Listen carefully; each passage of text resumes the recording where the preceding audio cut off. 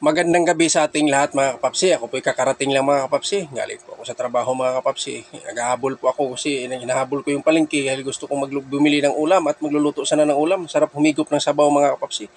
Kaso lang wala na, sarado naman yung palengke namin. Kaya bumili na ako ng litson manok mga kapapsi. Bumili ako ng isang pirasong buong litson manok para may ulam din tayo kinabukasan. Baon natin yung iba. Tsaka may partner din tayo mga kapapsi. Sutanghon. Yan, 3 hiwa din na manok din.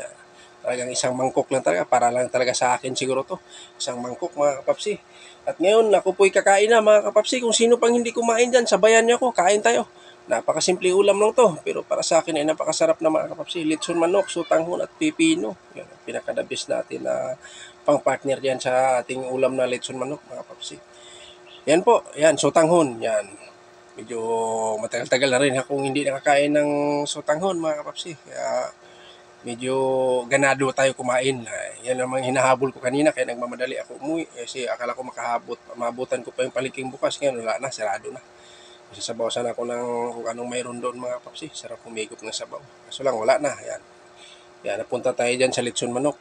At saka maganda din yung litson manok na bili ko mga kapapsi. Iba-iba po yung timpla niya. Iba-iba po yung ricados niya. Katulad din sa mga niluluto ko. Dami akong niluluto, halos magkaparehas. Pero ang pagproseso naman, kakaiba. Kaya katulad ditong litson manok, marami nagtitinda ng litson manok, marami na rin ako natitikman ng litson manok. Pero ito, bagong open dito malapit sa amin, maganda rin. Kakaiba din yung lasa niya mga kapapsi. Hindi siya matigas, hindi siya makunat. Tamang-tama lang. Tapos yung lasa, sumisiksik pati sa buto.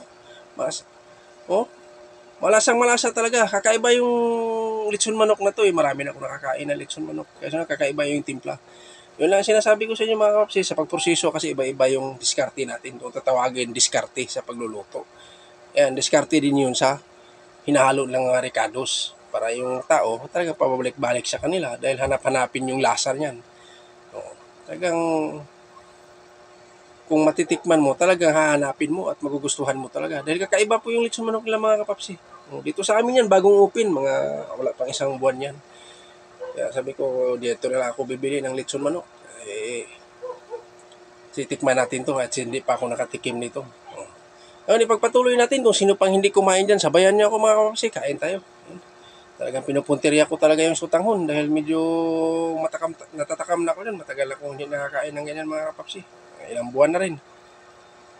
Yun, at saka ako kumain mga kapapsi, nakakamay na lang dahil ako lang po si isa kakain. Siyempre bago tayo kakain, kailangan hugasan natin maigi ang ating kamay. Yan, pakpak. Yan, pinakapaborito ko sa parte ng manok. Yan, pakpak. Malasang-malasa yan dyan, mga kapapsi. Yan, sinisip-sip ko yung buto niyan. Dahil talagang, yan lang talagang pinakadabis sa parte ng manok. Yan. At saka ko po ipatapos na mga kapapsi. Pakasimpleng ulam lang yan. Litson manok, pipino at saka sutanghon. At ako po'y nagpapasalamat sa inyo, mga kapapsi, kamamsi, sa walang sawang suportahan nyo sa akin. Kahit hindi ko naman kayo nasuportahan, tandaan nyo po, hindi po kayo nakakalimutan. Mula nung nagsimula po ako. Hanggang dito na lang ako. See you next vlog. Bye-bye!